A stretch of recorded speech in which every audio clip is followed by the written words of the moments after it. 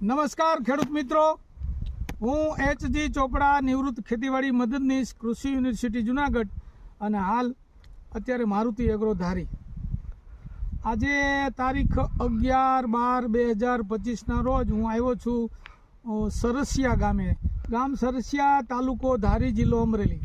સરસિયા ગામમાં મારી બાજુમાં ઊભા એ પ્રવીણભાઈ બોઘાભાઈ સાંગાણી, એમનું આ ખેતર છે અને આમ માનો તો લગભગ 15 વીઘાની તુવેર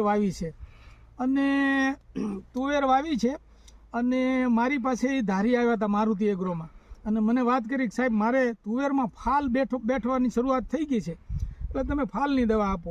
એટલે આપણે પછી એને પહેલી વાર ફાલની દવા આપી અને એમાં આપણે આ રેવા કંપનીનું જે ફેન્ટાસ્ટિક છે ને એનો 15 મિલી પંપમાં એકવાર છંટકાવ કરાયો.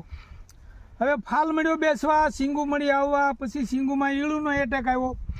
ઈળુનો એટેક આવ્યા પછી પાછા મારી પાસે આવ્યા અને કે સાહેબ આપણે તુવેર બહુ સરસ થઈ છે, ફાલ એ પુષ્કળ છે, ફૂલ એ વધારે છે, પણ ઈળું એ હેરાન કર્યા છે, એટલે તમે આવો. એટલે હું સ્થળ ઉપર આવ્યો, તપાસ કરી અને ઈળુની દવા આપી.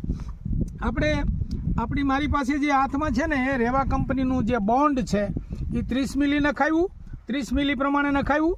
અને એની સાથે આ પ્રવીણભાઈના હાથમાં છે ગ્લેડિયેટર, જે રેવા કંપનીનું ગ્લેડિયેટર છે, એને બેયનું મિશ્રણ કરીને બોન્ડ 30 મિલી, ગ્લેડિયેટર 20 મિલી, બેયનું મિશ્રણ કરી અને આપણે 15 લીટર પ્રમાણે છંટકાવ કરાવ્યો અને તમામ ઈળુનો આજે 8 દિવસ થયા, તમામ ઈળો સાફ થઈ ગઈ છે.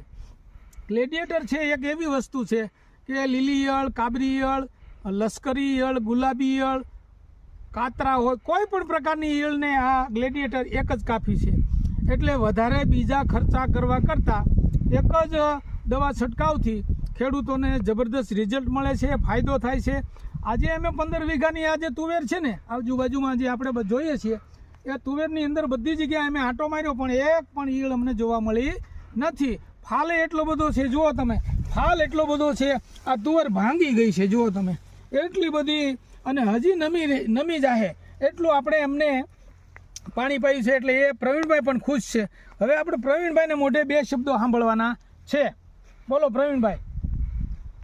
નહીં સાહેબ, આ દવા સાઈટ્યા પછી બહુ રિઝલ્ટ સારું એમ ને? હા.